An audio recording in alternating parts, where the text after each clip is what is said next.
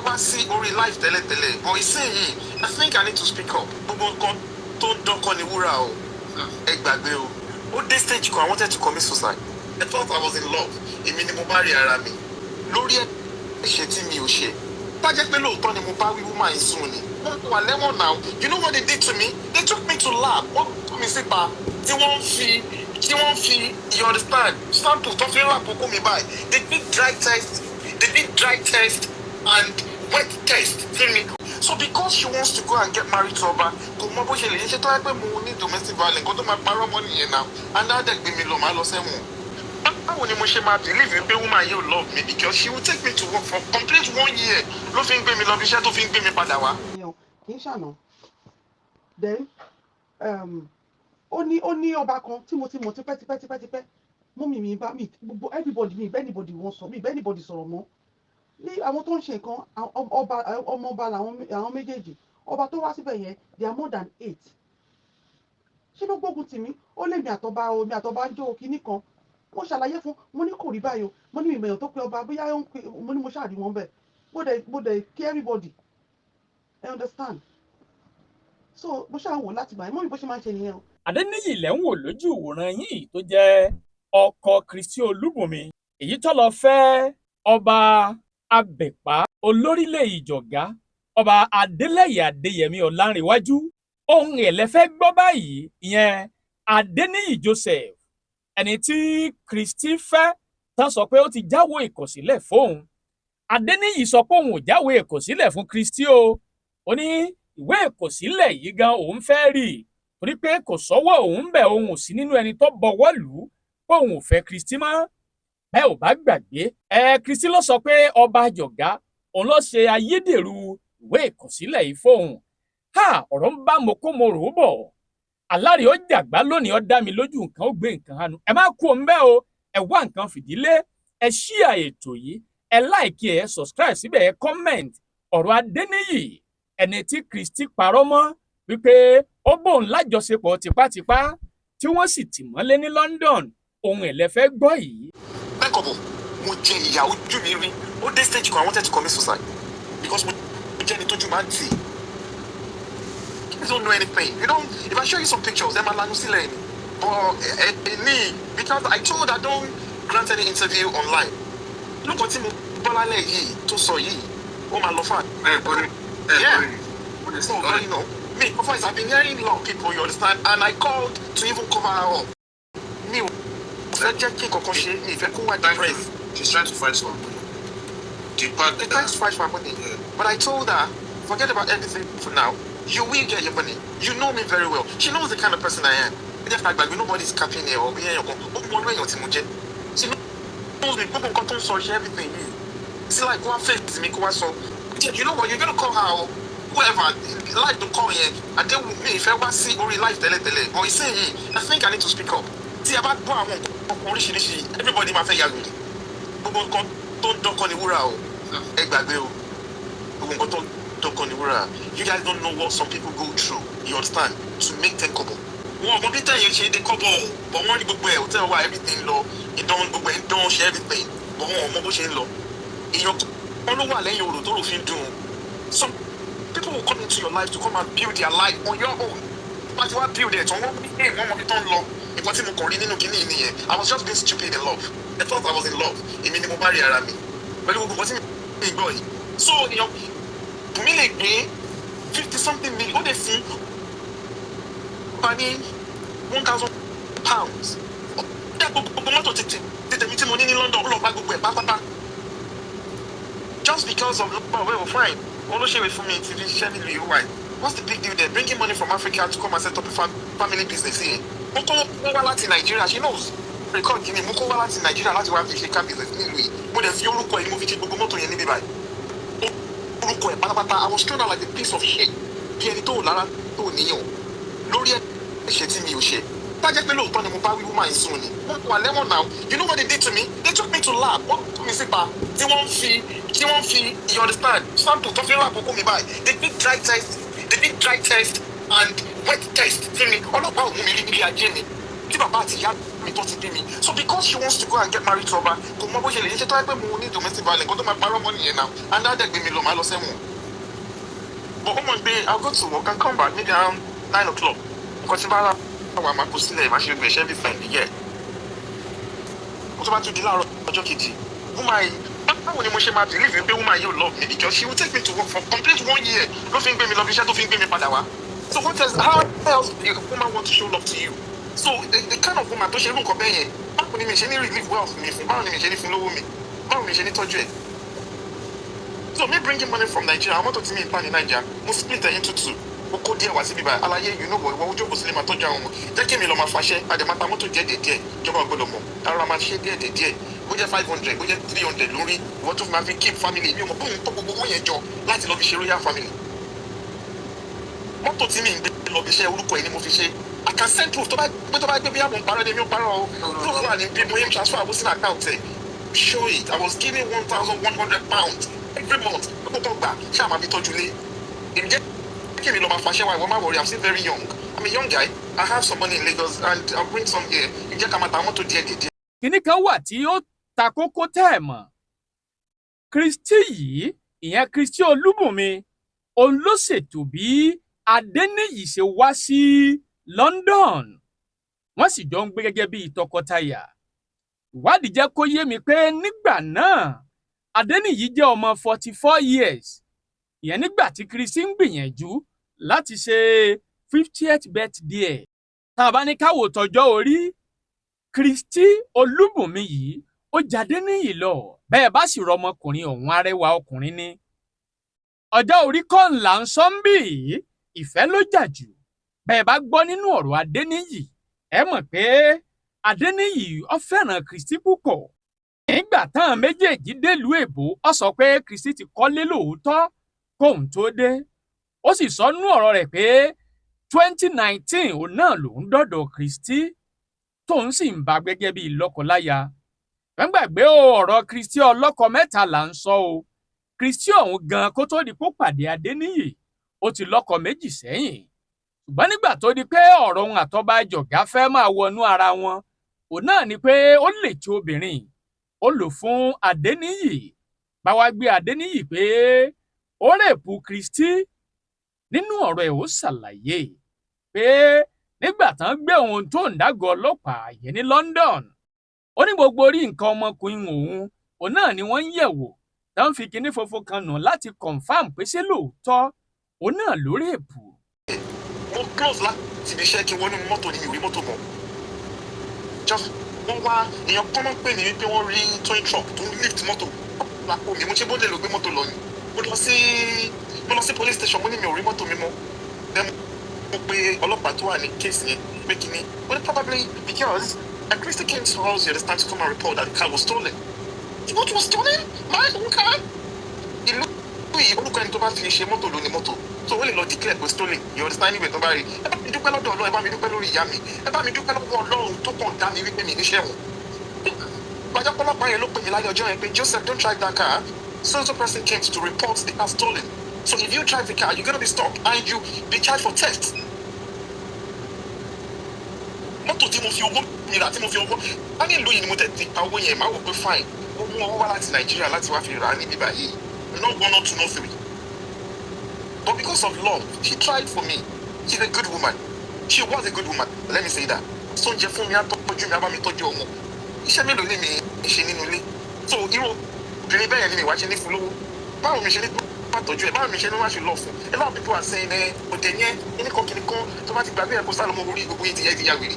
People are nínú ìwé. There are a lot of people on the streets here, you understand, that have paper. Tó lè ríṣẹ́ náà. Tó lè ṣiṣẹ́ ní mélòó ló ń ṣiṣẹ́ nílùú yìí. But mi ò obi tí mo ti ń bọ̀, mi ò wó tí mo ti pa ní Nàìjíríà. Mi ò ìlú wo ni mo ti lọ. Wọ́n á kọ́kọ́ débi bá wọ́n á bẹ̀rẹ̀ sí ní gbogbo. Wọ́n iṣẹ́ òkú tí mi ń gbá èrè ní kófẹ́lẹ̀ yìí tó lọ ń kó fọ́ba. Ẹni pé pákùnrin mi ì bá ya wèrè. Wọ́n ṣe oríṣiríṣi ń gbà mí. I saw some pictures she was throwing up and down and all stuff. Bẹ́ẹ̀ kan sẹ́ǹdẹ̀ sí mi. Wípé wọ́n sọ pé o fẹ́ pa. Bẹ́ẹ̀ èèyàn lè ṣerú nǹkan bẹ́ẹ̀ yẹn fún obìnrin nílùú yìí. That person would rot in jail. Gbogbo nǹkan tá a bá ń ṣe láyé yìí, ẹ jẹ́ ká máa mọ̀ wípé àtúbọ̀tán wà o. Tó bá ṣe dáadáa wàá jèrè ẹ̀. tó bá dẹ̀ ṣì kà ṣe bí mi rè lé ní sí tí mo gba GLC latest one whatever èmi tí a ń gbé inú kọ́nà kan ni mo lọ ń sùn tẹ́lẹ̀tẹ́lẹ̀ nígbà tó jú mi síta I don't know anything you know ogunga was saying it then oríṣiríṣiríṣi èmi sunkún sínú òun fi mí ṣe yẹ wọ́n fi mí ṣe kíní lẹ́mi ọmọ onílé ọlọ́nà wọ́n á dẹni tó ń sún mọ́tò káàkiri inú mọ́tò tí mi ń sùn gan-an ó tún gbé lọ mọ́ mi lọ́wọ́ débi tó jẹ́ wípé mi ò rí bí sùn nínú hospital ni mo sùn mi ò lára mi ò lé ní ọ̀kankan ìwọ ni mo wá bá nílùú yìí òun ni mo wá bá nílùú yìí òun ló fọ́ọ̀sì mi kí wọ̀lú yìí and when she came to pick me at the airport I told her I will support you and you become somebody in this country ó ti lè máa lówó lọ́wọ́ o but mímọ̀ tó wọ̀ mí ẹ máa record kí ni kẹ́ send ẹ̀ sí I remember that was in 2019 gbé tó wá gbé mi yìí I'm not coming to take from you I'm coming to come and multiply you to become somebody I'm a go-getter I work hard tó bá gbé kí ní owó òjijì ní oríṣiríṣi àwọn èèyàn tí mo mọ̀ tó pé wọ́n máa ṣe oríṣiríṣi you understand but no àtẹ́lẹwọ́ ẹni ò kí n tó ní jẹ any little penny tí n bá make nílùú yìí bí ẹ̀jẹ̀ ara mi ni mo fi pa not from anybody I will not take a penny from anybody àtàkọ́ fún mi èmi ni mo tún máa fún ní my time nígbà owó lọ́wọ́ ẹ̀ pé bí àtòrí pé jẹ́ single mother or whatever or kìíní kan whatever tó ń pọ̀ nǹkan tó ju òun rí kó tó dìbò fẹ́ mi now she knows but if you now throw me out as a piece of shit someone else will pick me up one day you understand tó dẹ̀ máa gbádùn mi that's what I just want to say so èmi ò ṣe kàfẹ́ anybody o ò fìyà jẹ a máa gé o fine ọkọ àti ìyàwó gbẹgbẹgbẹgbẹgbẹgbẹ but not being verbal abuse fine you understand you know normal in the parọ́ fine but wípé mo fẹ́ sọ pé mo jẹ́ yó ọmọ níbi ní ìrànlẹ́ mi náà ẹ jẹ́ ká ṣáà máa gbàdúrà so that's it there's nothing like that jìbì ò dẹ̀ sign divorce èmi dẹ̀ ṣe fẹ́ rí tó bá gbé lóòótọ́ ní kíni divorce èmi fẹ́ rí so that àtẹ́kọ̀ọ́ bọ̀ wá lè fi pa owó gidi gan you understand me I have some son tó máa dìde àtọ́bá gbogbo wọn tó máa tabá ara ní máa tabá ara. Adeniyi Joseph ẹni tí Christy fẹ́ tán sọ pé ó ti jáwọ́ ìkọ̀sílẹ̀ fóun Adeniyi sọ pé òun ò jáwọ́ ìkọ̀sílẹ̀ fún Christy o ó ní ìwé ìkọ̀sílẹ̀ yìí gan òun fẹ́ rí torí pé kò sọ́wọ́ òun bẹ̀ òun ò sí nínú ẹni tó bọwọ́ lù ú pé òun ò fẹ́ Christy mọ́ bẹ́ẹ̀ ò bá gbàgbé Christy ló sọ pé ọba Jọ̀gá òun ló ṣe ayédèrú ìwé ìkọ̀sílẹ̀ yìí fóun ọ̀rọ̀ ń bá mokomoro bọ̀ alárí ó jàgbá lónìí ó dá mi lójú nǹkan ó gbé nǹkan hànú ẹ má kú òun bẹ́ẹ̀ o ẹ wá nǹkan fìdílé ẹ ṣíà ètò yìí. Understand what I'm saying but èmi need láti rí evidence kó tó di pé mi máa bẹ̀rẹ̀ anything so tẹ́mi bá lè rí kí ni divorce number if you can help me get that divorce letter that they said they signed you understand wípé in case tí n bá fẹ́ bẹ̀rẹ̀ wọn ò tí ì rí wèrè wọ́n ṣe máa rí wèrè ńsìn wọ́n ti lọ fa ṣoṣo wọ́n wá rí ṣoṣo ńsìn yìí tẹ́ńkọ̀bọ̀ this thing we are here tonight is not gonna end here ní dúró síbẹ̀ I will fight it to the kò dẹ̀ sí nǹkan kan anybody lè fi mí ṣe so èmi ló ń ṣiṣẹ́ èmi ló ń faṣẹ́ èèyàn kan lọ ṣé tí lẹ́kọ̀ọ́ náà ọlọ́wọ́ bá ò ṣe bí ní o you can never go God I'm telling you tó bá ṣèkà fún ọmọ èèyàn kan ẹlòmíì á ṣe fún ẹ lọ́nà mẹ́wàá náà èmi náà ti jókòó síbi kan mo ti bọ́ lọ́hùn sọ̀rọ̀ pé what have I done wrong láti deserve irú nǹkan báyìí bọ́ olúwa tó bá jẹ́ pé ó fẹ́ mú mi débi gíga ni ló ṣe jẹ́ kí irú nǹkan báyìí ṣẹlẹ̀ sí mi please mo sọ̀rọ̀ mi di Jesus Christ let this pass me ọ̀rọ̀ tàbí ìṣeré yìí ọ̀rọ̀ tí mo ti fẹ́ gba life mi I was forced to go and do life insurance because mo ti believe pé mo máa kú nígbà tí kìíní yẹn ṣẹlẹ̀ yeah I'm telling you the truth mi ò mọ̀ kọ́ tó ń pè ní life insurance rí láyé mi ìgbà tí kìíní bẹ̀rẹ̀ ni mo lọ ṣe life insurance so that ọmọ mi ò ní lè jìyà they will be able to give that boy huge money tí n bá kú tó bẹ́ẹ̀ tà kí n fẹ́ra mi ṣe sacrifice fún ọmọ yẹn kó má bàa jìyà but so that mi pé tí bá kú mo kàn kú dànù ni ìgbà tó bá fọ́ ọmọ yẹn lówó yẹn gan òun ló máa ná jẹ fọ́bà mi I'm going to cancel that stuff that shit tomorrow me I like to dey wear gold mélòó gold ni mo wá tí mi ò rí mú but what would I say kí ni nǹkan tí mo fẹ́ wàhálà wo ni mo fẹ́ fà you don't have power in this country you understand tó bá ti ń gbóbìnrin gbé you are yeah obìnrin lọ́kọ nílùú yìí I'm telling you the truth nǹkan tó bá sọ fún ẹ you have to dance to it but only if you don't want to live with woman yes but tó bá ti ń gbóbìnrin gbé àlàyé ìgbàgbé pride o she has a mortgage before I met her but I was the one paying for it mo ṣiṣẹ́ èmi ò lè gbé nílé tóbìnrin máa sanwó lé láyé sábàdà kò lè jẹ́ bẹ́ẹ̀. We had an argument ní alẹ́ a day before my birthday tó gbé dèmi gbọ́ngàn ní kí ni ìṣẹ̀lẹ̀ o tó wá gbé mi o yeah so she already have all everything as in planned out wọ́n ti bẹ́ẹ̀ náà kó fẹ́ ṣe 50th birthday you understand so bóyá ó wòye pé allegedly you understand mi ò mọ sọ you get so they gbéjà wá you know láti sọ̀rọ̀ this is a woman that listen to me In fact, because some of the moments were stressed, they get me like me, wala, me, this why me. But what I'm going to say, she bring me back. You understand? On my birthday, when people celebrate me, because she give me, ojo any woman and follow up for me, ojo any bank off me low. That follow up my baby, model at Bisheni, when the park is Wajuta. This park. I was fasting that day. Every Wednesday, I do fasting and prayer. You get so. When I came to Michelle Japan, that was on Wednesday that day. So, but Motori, I like Gangans, I don't want to stay. So I called one of my brothers, like, you know what? I just book me today, you understand, for a shift with the Lomo Shished. So I got back, I think, around some minutes to 8, because when you like to break me 6 o'clock, but me break me. So Mumbo Lebe can break, like the call it nobody. Nobody because anybody to Shileko.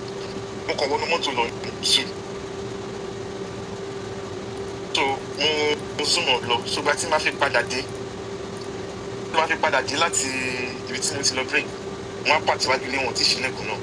So kò ju bí i 5. So wọ́n bọ́ mọ́ mi sọ̀rọ̀. I was talking to my daughter. I have a daughter in Lagos. So àjọ máa ń sọ̀rọ̀ ṣùgbọ́n gist mi ọmọ the next ti máa rí lẹ́yìn mi nínú mọ́tò gbàgbà ọlọ́pàá tó wá gbé mi mọ́tò 8 pẹ̀lú van pẹ̀lú mọ́tò wá wo bẹ́ẹ̀ ni pé drug dealer ni mí. Kí ló ṣẹlẹ̀ ọlọ́pàá ọ̀dà mi dúró rí? What is it? Ni mo gbọ́ rape. Tẹ̀dẹ̀ who? Me? Níbo? Wọ́n sọ pé mo rape ẹnìyẹn pé talent tó sọ pé mo rape wọn ni Christy said. Only you realize this person you're talking about is my wife? I mean, no. She said that you came to the house to come and rape her. Wọ́n ṣe gbé mi lọ nìyẹn o. Ọjọ́ yẹn gangan ni mo ti fẹ́ para mi ní orí láyé mi. And they locked me up. Wọ́n gba statement lẹ́nu then they locked me up. So later ìgbà ó dà gbé ìgbà tó máa tó bí àwọn bí i 1 a.m. lóru wọ́n ṣe wá gbé mi kúrò mbẹ́ nìyẹn nínú cell. Wọ́n ní wọ́n gbé doctor nurse náà wá, you understand, you know, in the cell, very big police station, incredible. Wọ́n ṣe gbé mi lọ nìyẹn. Ọba ní kí n yọ kó mi síta. Níbo? Only if you don't do it, you understand, you don't classify as pé mo ṣe nìyẹn, you understand. The only thing to lay help me ni pé wọ́n ṣe test sórí okó mi. Wọ́n dẹ̀ wò tó bá jẹ́ òótọ́ ni, tó bá dẹ̀ jẹ́ òótọ́. Wọ́n lè gbókò mi jáde nìyẹn, wọ́n ìbẹ̀rẹ̀ sí ní fún ni, tán ìbẹ̀rẹ̀ sí ní fi nǹkan pa. Wọ́n kọ́ fi wé tí nǹkan pa, àtúnṣe yẹn tán. But tí mi sọ fún yín, I like to you understand. Ó yẹ kí n máa sọ gbogbo kíni ìbọn kan tí mo gbọ́ tí wọ́n máa ń sọ lálẹ́ kò ní dúró síbẹ̀. Wọ́n ṣe yẹn tán, wọ́n gba gbogbo fingerprint mi, wọ́n tún gbé mi padà wá again. Wọ́n kí nǹkan bọ̀ mí lẹ́nu, wọ́n tún fi sórí okó mi again, that dry wound. Wọ́n ṣe gbogbo ẹ̀ bí mo yẹ bú sẹ́kún nìyẹn. And I called them that, can I just call one person? One time, let me call my mom. That's the only person I've got in my life. I don't have dad, nobody, I don't know anybody in UK or whatever. One issue for Nigeria immigration, only no, I don't need to call anyone. Let me just call my mom. That's the only, so if anything happens to me, they will know go to tell somewhere to fiku. You understand? So then once I shaking in test me everything. So I told I think around 9 o'clock, one lawyer for me, wọ́n ṣe gbogbo everything, wọ́n dẹ̀ gba interview mi, wọ́n recorded everything. Ọmọ Aláṣẹ Media, ẹ máa share ẹ love ẹ subscribe síbẹ̀. Ọ̀ní jẹ́ kí tí yín ó di sí bó ṣe ń lọ o. Ẹ pín kálé, ẹ jẹ́ kẹ́rú ó gbọ́, ẹ jẹ́ kọ́ mọ̀. Jẹ́ kó dọ̀dọ̀ ara ilé, ẹ jẹ́ kó dọ̀rọ̀ ara oko. Èyí tó bá gbà lọ yẹ kí tí òun ó gbà bọ̀. Ọmọ Aláṣẹ Media, ẹ máa gbọ́, ẹ máa wò. Bó bá ṣe ń lọ, àwa ò ní jẹ́ kí tí yín ó di sí o. A tún máa pàdé lọ́jọ́ míì. Ọjọ́ rẹ̀ ire o, ire kàbí.